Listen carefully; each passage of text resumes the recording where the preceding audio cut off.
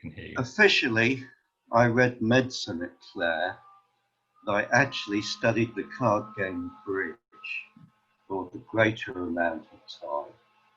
And I then moved to Guy's Hospital to do my clinical medicine and a whole series of hospital jobs, training to be a general and thoracic physician.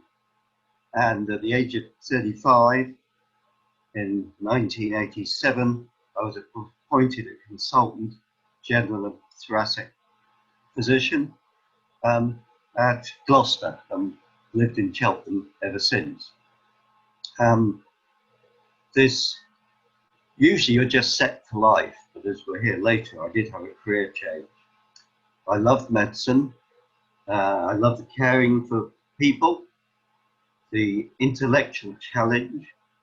Very difficult to diagnose many patients. You're going to get a lot of it wrong. And I love the mixture of art and science in my specialty. I found the NHS frustrating and stressful.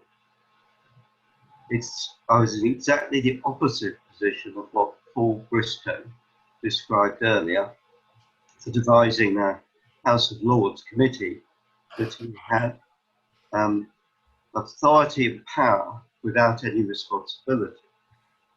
In the NHS, you have responsibility, the ultimate responsibility really, for someone's life, without the authority to treat them in the way you would wish to manage. I didn't have the authority to order a paperclip, but fortunately my secretary did. I built a private practice, which I found incredibly rewarding, because I wasn't limited by management restrictions, and particularly the satisfaction of choosing the time I had with patients. For example, I'd have half an hour for a follow-up patient, and the NHS would only allow me 10 minutes. And you can't manage patients successfully in 10 minutes. So all looked fine. Training as a junior doctor was very, very long hours. So the only people you met were in hospital. So consultantly, so obviously I married a consultant chest physician, and we had a son and daughter. And then, like the other Richard, it was so reminiscent. In 2003, my life changed.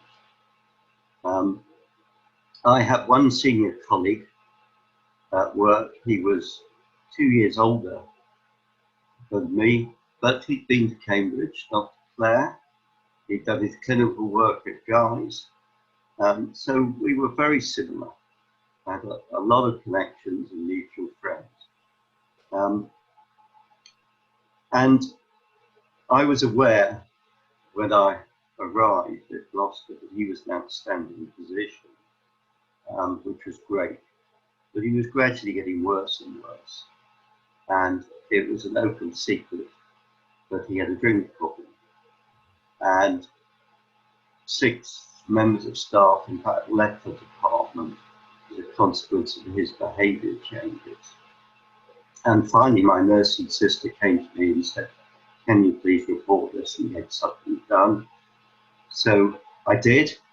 And what was curious was everybody I reported to in the management hierarchy didn't seem the least bit surprised. They clearly all knew that hadn't done anything. The NHS, it's always the same. You sacrifice and hound out the whistleblower. I was better placed than most people, but within 24 hours of speaking to the chief doctor in the hospital in management, he'd actually told my colleague the complaint I'd made, and therefore the department was totally non-functional in that time. And one of us had to leave, and inevitably the management chose me as the softer touch, because he was quite, he would lose his temper, threaten lawyers with trust. So they took the easy option. So they actually helped me leave rather than try to destroy me. So that was really helpful. But clearly, like the other Richard, 2003 was a very stressful year.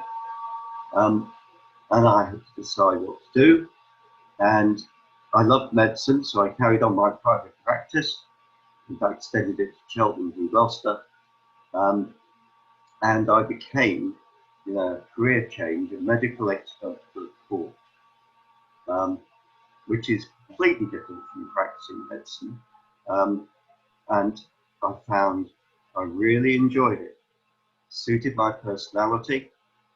It made me a better chest physician because I had time to read up on. I became a national expert in the disease, the chest diseases you see in court, which is about 50% asbestos, and in which I was quoted in government reports, my opinions were. And I particularly had an occupational asthma caused by your work. I had a large practice there. To quote one solicitor, I was the go-to person for occupational asthma. And that was just fantastic. I had a mixture of clinics in my private practice and this fascinating occupational lung disease practice. And actually, because it wasn't stressful, in many ways I enjoyed it more than my previous job. And then suited my personality, actually, it's the most important thing. I saw my last patient in March 2018, retired from clinical practice. I'd stopped taking any new medico-legal cases in June 2017, the year before, and the last one completed at court with the usual speed of the law in September last year, and I've been fully retired since then. Thank you very much. And again, Richard, any advice for young people? Yes, do what you enjoy, but thinking about your own personal aptitudes and personality to pick a career that matches it, or change your career, in my case, to what suited it best.